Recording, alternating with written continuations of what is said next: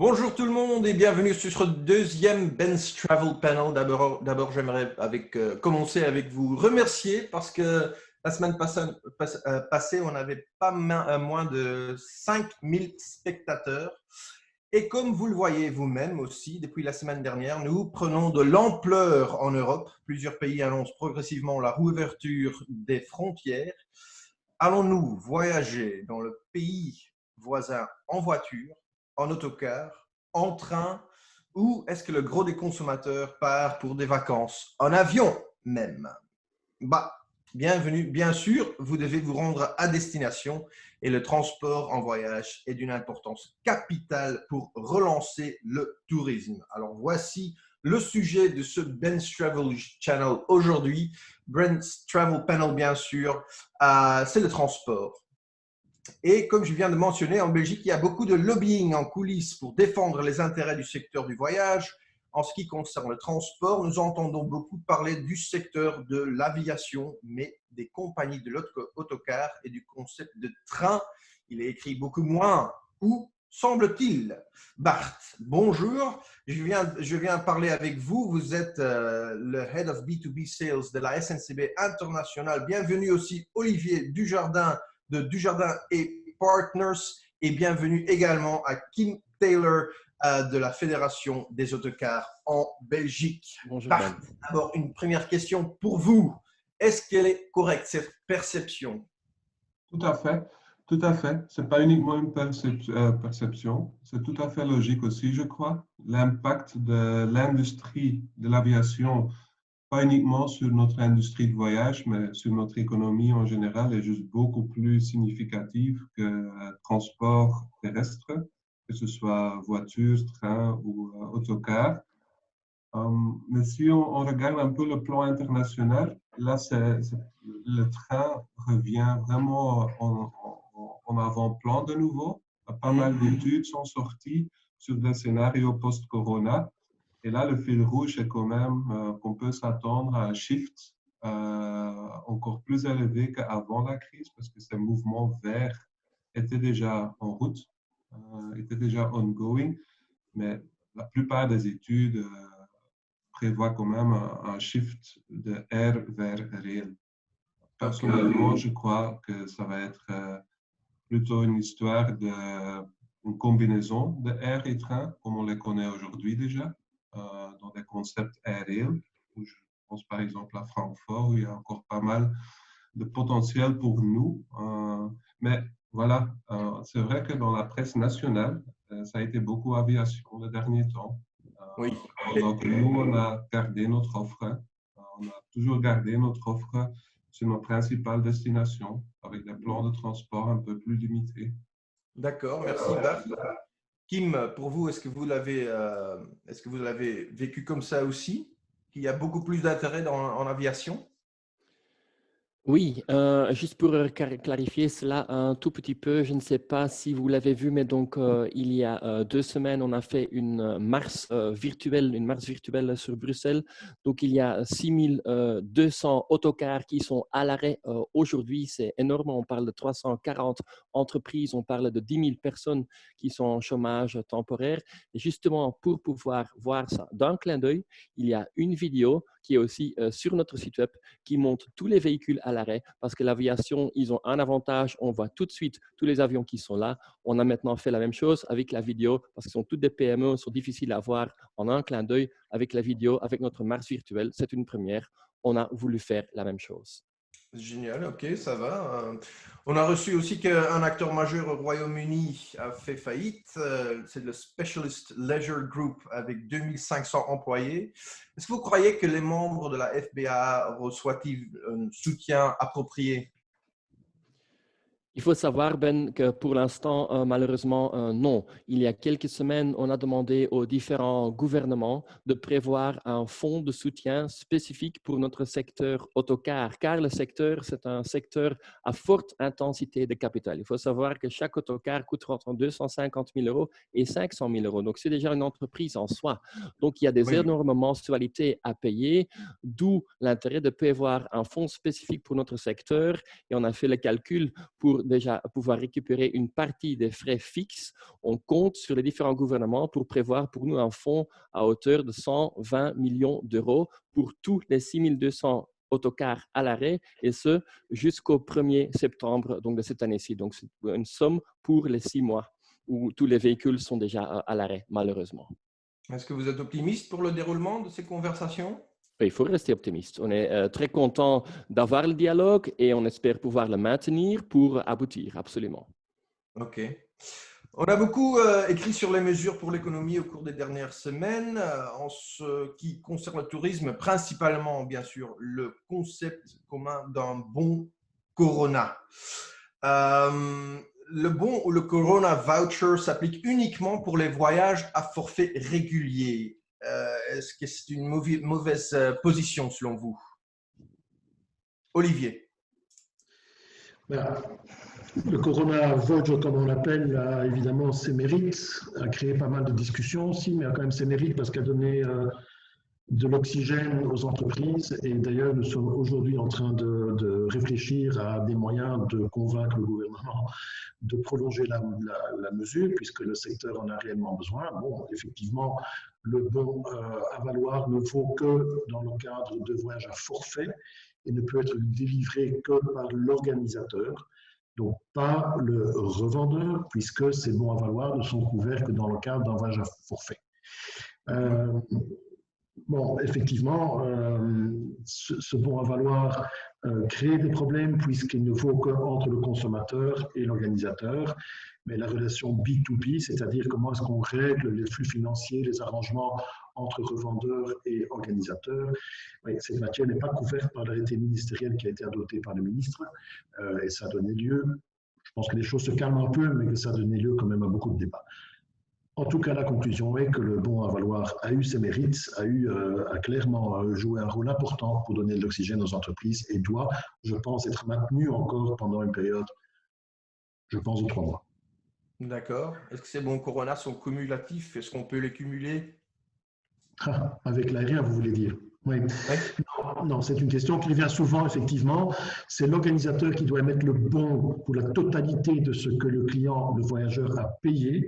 Si le voyageur reçoit un bon d'une compagnie aérienne, évidemment, l'organisateur ne le sait pas, ou pas toujours. À ce moment-là, nous avons prévu dans les règles du Corona voucher que le consommateur doit le signaler, puisque ce montant doit être déduit forcément du Corona voucher, puisque sinon, le consommateur reçoit 2 fois un remboursement du prix. D'accord, ok, merci. Cela clarifie beaucoup. Une autre question pour vous trois, bien sûr.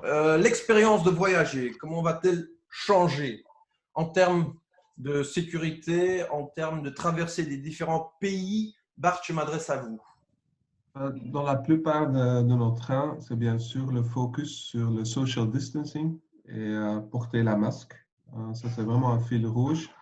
Au niveau de social distancing, on a plusieurs concepts qu'on connaît aujourd'hui. Il y a le concept de nos trains à grande vitesse où c'est des prix all-in avec la place assise obligatoire. Là, c'est plutôt les algorithmes de seating qui ont été adaptés. Et donc, il n'y a plus que la moitié des sièges qui sont mis en vente, juste pour garantir cette seating. On a des concepts de trains qui ne connaissent pas la réservation de places assises. On pense plutôt au train Benelux entre la Belgique et les Pays-Bas. Là, ce sera plutôt un concept d'autocollants qui vont permettre uniquement aux voyageurs de prendre, par exemple, la place fenêtre et pas les places couloirs. La Deutsche Bahn, avec ses issues, pense à fermer des voitures en entier dans la vente, juste pour garantir qu'il y a assez de place et qu'on peut respecter le 1,5 m à bord de ce train. Ça, et en termes de mesures pour tracer les voyageurs? Non, il y a pas à ma connaissance, il n'y a pas d'initiative aujourd'hui. C'est vrai que les billets sont nominatifs aujourd'hui, la plupart, mais ils risquent. On a toujours, par exemple, la vente en gare où on peut acheter un ticket qui n'est pas nominatif, absolument. Ouais. Mais non, on n'a pas d'initiative dans ce sens-là. Mais comme j'ai bien compris, ce sont surtout des mesures sur niveau national, ce n'est pas sur niveau européen. Si, bien sûr que tous nos transporteurs que nous on a en vente via SNCB International, ce sont des trains internationaux, mais les mesures sont prises au niveau du transporteur avec en respect avec les mesures qui sont demandées par les différents gouvernements. Comme j'ai déjà dit, la porte de masque est vraiment un fil rouge. Ça s'est généralisé et dans l'Eurostar, et dans le TGV, et dans le Thalys, et dans les trains vers l'Allemagne. Le social distancing a aussi l'air généralisé. Mais effectivement, pour un transporteur comme Thalys, ce n'est pas du tout évident de s'adapter aux différentes règles des différents pays où ils doivent circuler. Mais ça se fait. Pas évident. Oui, et en termes de restauration, tout sera fermé, je crois. Oui, tout est fermé déjà jusqu'au mois de septembre. Ça, c'est un peu généralisé aussi. Donc, si on parlait des voitures-bars fermées et le service à bord des Thalys Eurostar en première classe, donc le plateau repas, il n'est pas servi. Et ça, c'est déjà le cas jusqu'au mois de septembre. Par contre, c'est important de dire, c'est une question qui revient souvent, on peut manger et boire à bord. Donc, que les passagers le prennent avec eux-mêmes, c'est OK. Et je sais, par exemple, chez Thalys, on réfléchit à d'autres concepts de catering en première classe avec des box pré-préparées, etc. Mais rien de concret aujourd'hui. OK. Bart, disons que moi, j'aimerais partir en Grèce. Un avion, peut-être, ce n'est pas évident. Maintenant, c'est même interdit.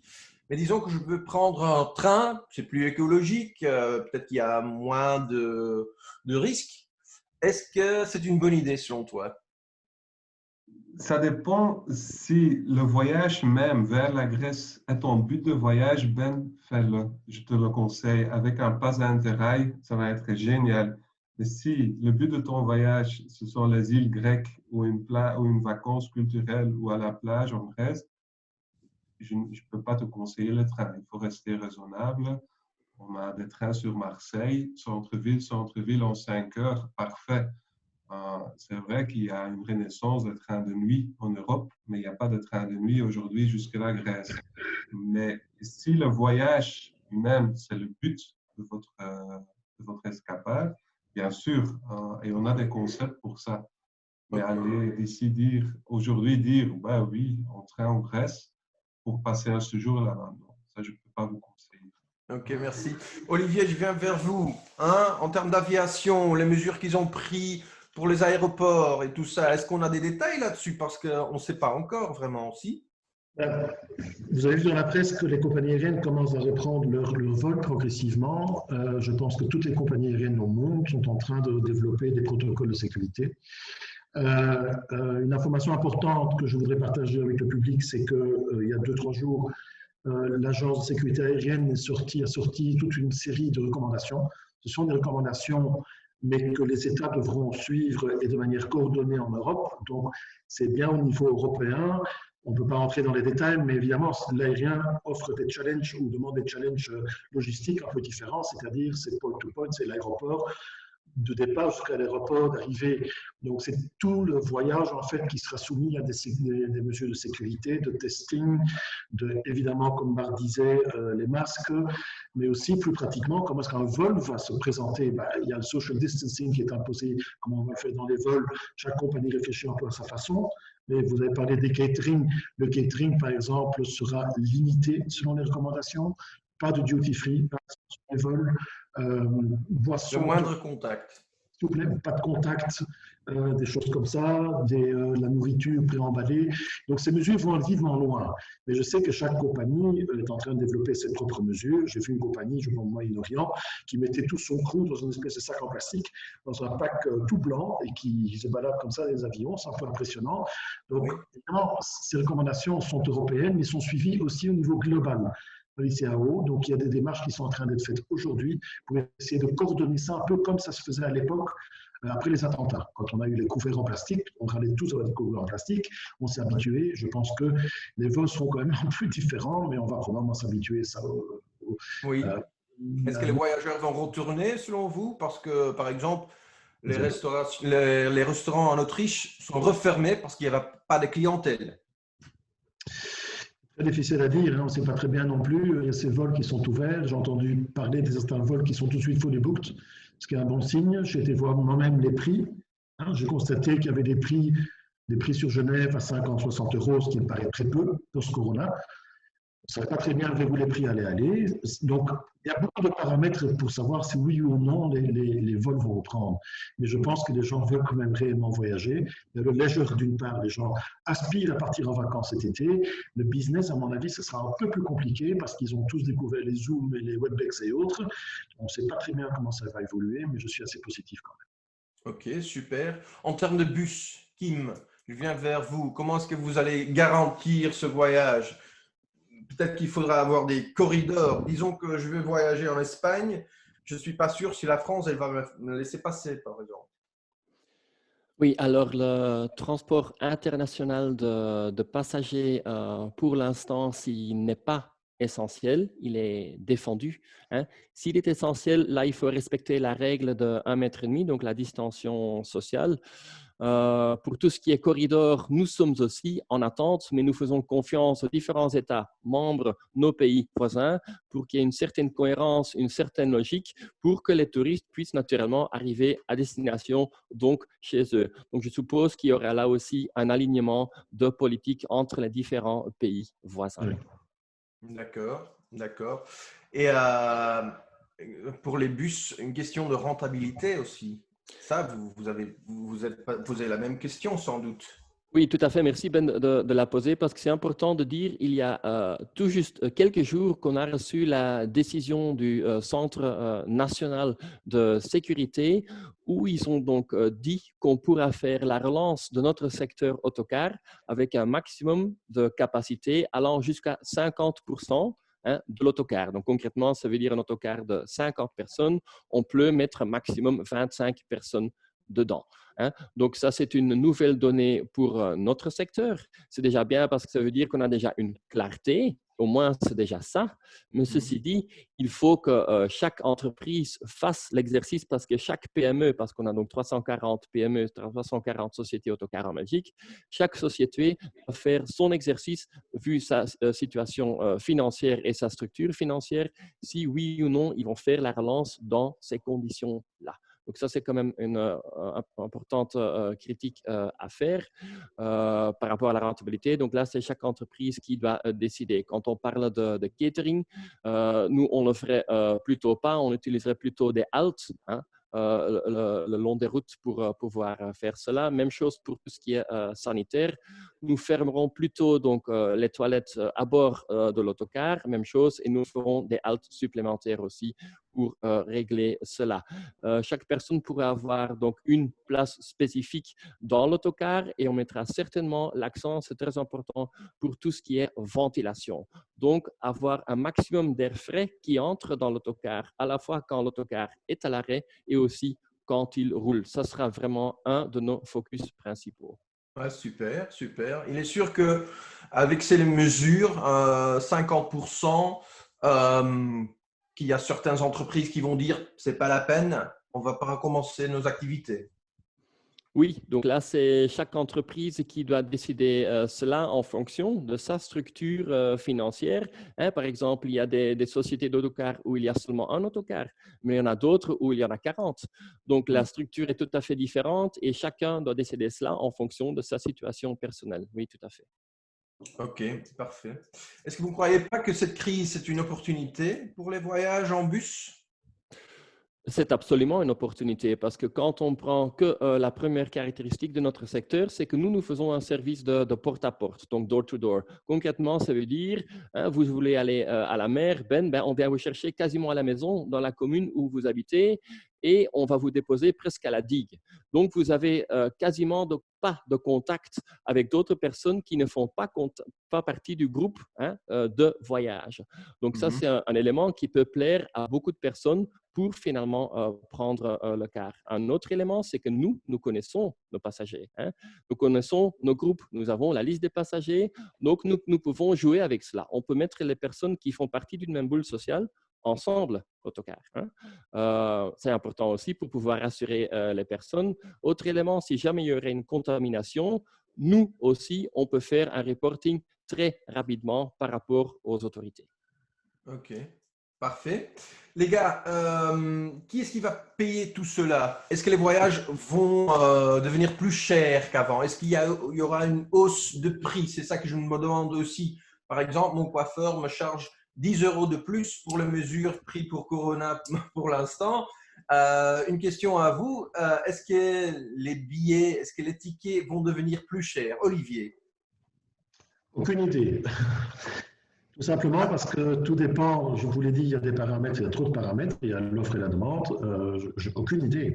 Quand on parle aux, bon, je ne suis que juriste, donc, mais quand on parle aux économistes et aux responsables aux compagnies aériennes, soit certaines compagnies vont choisir pour la masse et vont avoir des prix très très bas.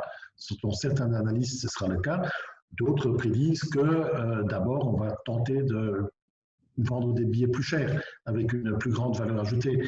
Donc, honnêtement, je pense que le secteur lui-même ne le sait pas. C'est la concurrence, c'est l'offre et la demande qui va déterminer, et aussi l'ouverture des destinations, puisque si tout le monde veut se ruer sur la Grèce, ben forcément, les tickets sur la Grèce risquent d'être un peu plus chers. New York, par exemple, aux États-Unis, tout le monde est très frileux d'y aller, donc les prix sont plus bas, donc c'est l'offre et la demande. Et c'est très, très difficile pour l'aérien, c'est très, très difficile de prédire aujourd'hui quels seront les prix tout de suite après la crise Corona. Oui, d'accord. Bart, chez vous, il n'y a pas vraiment un changement de prix? Pas pour l'instant, mais je confirme aussi pour nous ce que Olivier vient de dire. Tout dépendra de la demande. Et voilà. C'est clair qu'on n'a pas d'offre train normale. Donc, l'offre est très réduite. Donc, il y a un nombre de places réduit. Donc, pour l'instant, il n'y a pas la demande. Mais là, si la demande augmente, c'est le jeu du yield qui va jouer, bien sûr. Oui. Si je peux ajouter à ça, je pense qu'il est important de voir aussi ce que le business travel va faire. Puisque le business travel, habituellement, c'est ça qui donne les rendements plus importants. Or, on voit quand même qu'ils sont très frileux, les entreprises sont frileuses à permettre à leurs employés de voyager. Il y a beaucoup d'annulations, aussi d'événements partout en Europe. Donc, on va un petit peu devoir voir ce que le business travel va faire dans toute cette histoire. Absolument, absolument. Il y aura un grand changement là-bas. Oui. Bart, est-ce que tu aimerais rajouter encore quelque Non, chose? on a reçu des études qui vont dans un sens que ce sera les loisirs avant le business travel. Oui. Une fois que c'est OK au niveau de sécurité de voyager et les destinations sont ouvertes, les gens vont voyager. Que dans le business travel, quand même, les indications sont un peu plus conservatives. Olivier, ça va durer plus longtemps. Ah d'accord. Olivier, encore une petite question pour vous, parce qu'on a vu les mesures que Brussels Airlines a prises hier. Ils vont recommencer les destinations à partir du 13 juin ou 15 juin Oui. sur la Méditerranée. Disons que moi, j'ai fait un booking avec une entreprise pour une destination et tout d'un coup, elle décide de ne pas m'offrir cette destination. Est-ce que j'aurai la chance d'avoir un remboursement? Aujourd'hui, comme on en a parlé, je pense, les compagnies ne remboursent pas. Donc, ils vous imposent en quelque sorte un voucher, ils ne remboursent pas. Si vous recevez ce voucher, OK, vous avez ce voucher pour un vol, mais si l'offre n'est plus là, je pense qu'à ce moment, soit vous choisissez un autre vol, soit vous serez remboursé, effectivement.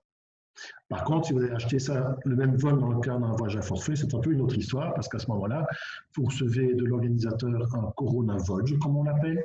À ce moment-là, le client peut, grâce à ce bon à valoir, choisir une destination, un voyage, ce qui pose parfois problème pour le secteur, puisque si la compagnie, je peux donner l'exemple, si la compagnie ne vole plus ou s'il n'y a plus de vol sur la destination déterminée, à ce moment-là, c'est l'organisateur qui devra offrir un autre voyage un peu sous sa responsabilité, évidemment, dans le cadre de son assortiment.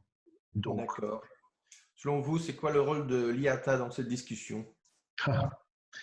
Sur l'IATA, on peut débattre pendant des heures, notamment sur la manière dont, en général… On n'a pas le temps, là. Non, on a besoin de plusieurs jours pour essayer d'expliquer comment la relation est déséquilibrée entre agents et compagnies aériennes dans le cas de l'IATA, mais strictement dans le cadre de ce débat, quand on parle de remboursement, l'IATA, ce n'est pas l'IATA qui rembourse les billets d'avion. Par contre, l'IATA joue un jeu quand même assez crucial par le BSP.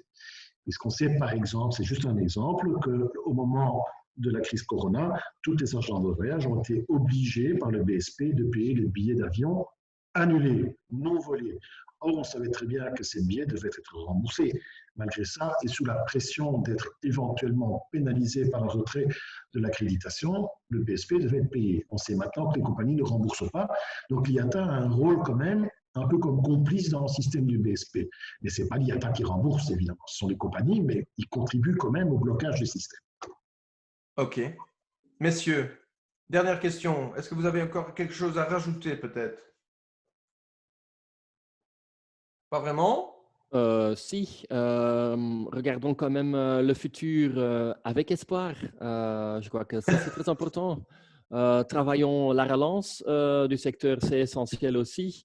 Et créons surtout de beaux voyages tous ensemble. Voilà. Ah, on applaudit tout pour Kim. Merci beaucoup pour ces mots très, très jolis, très, très beaux.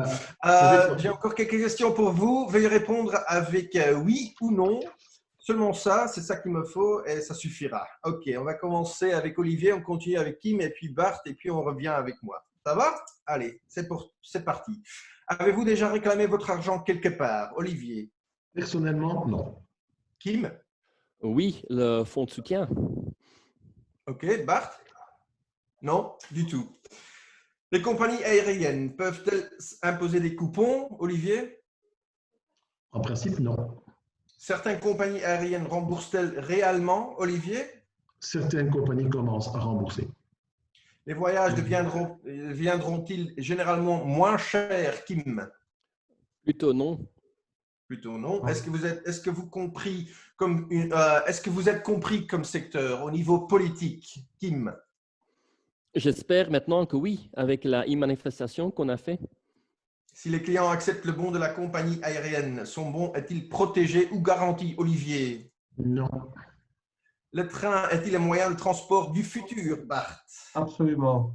Les bons de compagnie aérienne peuvent-ils être combinés avec des bons dits Corona, Olivier? Non.